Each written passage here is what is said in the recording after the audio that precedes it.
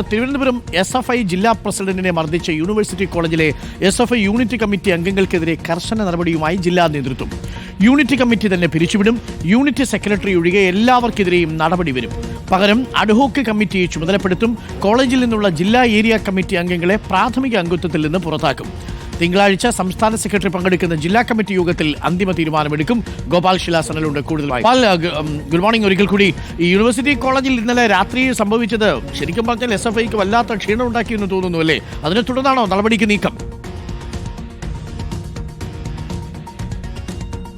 അതെ അരുൺകുമാർ, കാരണം ഈ യൂണിവേഴ്സിറ്റി കോളേജ് യൂണിറ്റ് കമ്മിറ്റിയും ജില്ലാ നേതൃത്വവും തമ്മിലുള്ള പ്രശ്നം തുടങ്ങിയിട്ട് കുറെ നാളായി. കാരണം പല ഘട്ടങ്ങളിലായി ജില്ലാ നേതൃത്വത്തിന്റെ അല്ലെങ്കിൽ ജില്ലാ കമ്മിറ്റിയുടെ നിയന്ത്രണത്തിന് അനുസരിച്ച് പ്രവർത്തിക്കാൻ അല്ലെങ്കിൽ അതിനനുസരിച്ച് പ്രവർത്തിക്കാൻ യൂണിറ്റ് കമ്മിറ്റി തയ്യാറാവുന്നില്ല എന്നതായിരുന്നു ബന്ധപ്പെട്ട ആരോപണം. നേരത്തെ തന്നെ പല അച്ചടക്ക നടപടികളും ഇതുമായി ബന്ധപ്പെട്ട് ഉണ്ടാവുകയും ചെയ്തു. അതിന്റെ തുടർച്ചയായാണ് ഇന്നലത്തെ സംഘർഷം ഉണ്ടാകുന്നതും ജില്ലാ പ്രസിഡന്റിന് മർദ്ദനമേൽക്കുന്നതും അടക്കം സംഭവിച്ചത്. ഈ വിഷയത്തിൽ ഇപ്പോൾ കർശന നിലപാടിലേക്ക് വന്നിരിക്കുകയാണ് SFIയുടെ ജില്ലാ നേതൃത്വം. ഇന്നലെ രാത്രിയിൽ ചേർന്ന അടിയന്തര ജില്ലാ സെക്രട്ടേറിയറ്റ് യോഗത്തിൽ വലിയ വിമർശനമാണ് SFIയുടെ തിരുവനന്തപുരം യൂണിവേഴ്സിറ്റി കോളേജ് യൂണിറ്റ് കമ്മിറ്റിക്കെതിരെ ഉണ്ടായത്. കാരണം പതിവായി യൂണിവേഴ്സിറ്റി കോളേജിലെ യൂണിറ്റ് കമ്മിറ്റി ജില്ലാ നേതൃത്വത്തിന് തലവേദനയാകുന്നുവെന്നും പല കാരണങ്ങളാൽ സംഘർഷങ്ങളും അതിനോടൊപ്പം തന്നെ പലതരത്തിലേക്കുള്ള അനാവശ്യ ഇടപെടലുകളും മൂലം സംഘടനയ്ക്ക് പോലും ജില്ലാ നേതൃത്വത്തിന് പോലും നാണക്കേട് ഉണ്ടാക്കുന്ന തരത്തിലേക്ക് പ്രവർത്തനങ്ങൾ പോകുന്നുവെന്നും ആരോപണമുണ്ടായി. കൂടാതെ തന്നെ കഴിഞ്ഞ വർഷം ഒരു യൂണിവേഴ്സിറ്റി ഫെസ്റ്റ്, കോളേജ് ഫെസ്റ്റ് ഇവിടെ സംഘടിപ്പിച്ചിരുന്നു. അതിന്റെ